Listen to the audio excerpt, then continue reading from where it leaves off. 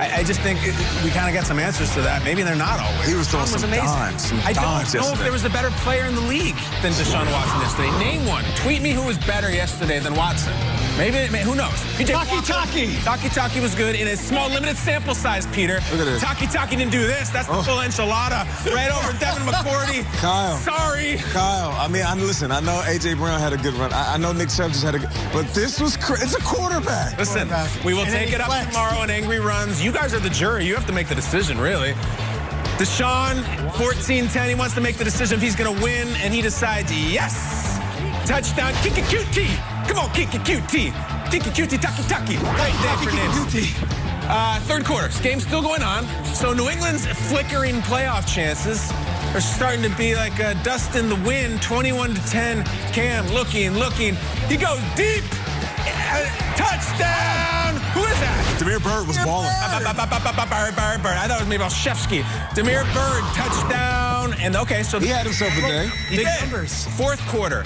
Watch JJ. He did this 27 times. He just kept batting down past it. It was vintage. You're right. It really was. This was from 6 years ago. It kept happening. Matumbo out there, man. And he would wave the finger every single time. Who wants to block a JJ? Nobody did. 27-20. This was 4th and 4. Last gasp. The Texans brought the house.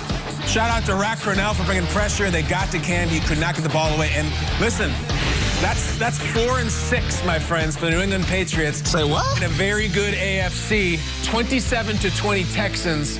And who speaks afterwards? I think it's Cam Newton. Let's hear from it. I think he was the yodeling game on The Price is Right, people were saying. Go ahead. He's He's an all-pro, perennial all-pro. He's a defensive player of the year, one of the best players in this generation. So for us, it is what it is. They get paid too, So for us to go against that, I'm not saying we fold up the tent, but at the same time, they're going to make plays just like we're going to make plays. And we just can't get been out of shape when that happens. We just got to move on and still be able to move the ball like we did show sometime today, but not enough. So the Patriots are a roller coaster, right? That's what their season is. The Texans find a bright spot on what looks like a lost season. And that, what did you say, 4 and 6? Yeah. 4 and 6, that is the worst. That is actually only the first time the Patriots have had a losing record at this point of the season since Belichick's first year in New England, since 2000. Triggs, what did you think of this one? You're talking about the Patriots, and it feels like a lost season at this point. What a shame that the Houston Texans are not a player in the NFL this year. You watched yesterday's game, and I watched most of this game. Deshaun Watson was the best player on the field. He was unbelievable. Remember before the season, we had to pick our MVPs. Kay, you took Russell Wilson. Great idea. Nate, I think you took Patrick Mahomes. I took Dak Prescott. Took Dak Prescott. It's all right. Dak got injured. Yeah. I took Deshaun Watson. And, it feels like what a waste of a pick because this team has just not been relevant. Deshaun Watson was awesome yesterday, and this is the guy I was hoping we'd see. And it's not on him. He's had a really good season. If you look at his numbers, it just wasn't in the cards. So it's almost like I regret and feel bad that the 4th season of his career was just a total waste. I mean, it's just they're not going to go anywhere this year. It's not happening. I know they can go on some crazy run. I don't see it happening. But that guy is so good. And I know he spoke with the owner, Cal McNair, this week, and they had a long talk about the future of the franchise.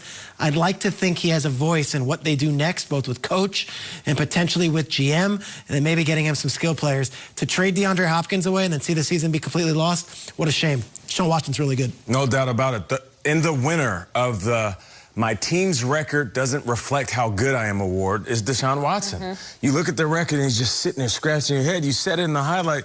It wasn't that he was just good and he was a dominant player. He was the perfect quarterback yesterday, dropping back. And those balls that he was throwing, I mean, those were balls that we compliment Aaron Rodgers and Russell Wilson and Drew Brees and Tom Brady for. Deshaun Watson was doing that. And he did it in a game where he didn't need to impress you with his legs. Even though he's going to be on Angry Runs tomorrow, the fact that he was so good. And then you start thinking to yourself, well, then why did they trade DeAndre Hopkins? Like, why are they sitting there in a situation where they don't have the pieces to the puzzle around him? And you just hope, and I can't help but to think this, and I know this is very early, but given the fact that they traded away pieces, they fired his coach, now things are up in the air when it comes to who's going to be there next year. Hopefully they get a good candidate.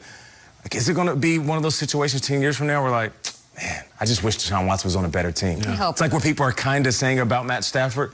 Like, I just wish that his talent wasn't wasted, no disrespect to the Lions, but wasted on years where they didn't have a chance to win a Super Bowl. That's what you guys are saying. We have a finite number of these good, healthy seasons for Deshaun Watson, and I feel like we burned one this year. You know, it went to nothing.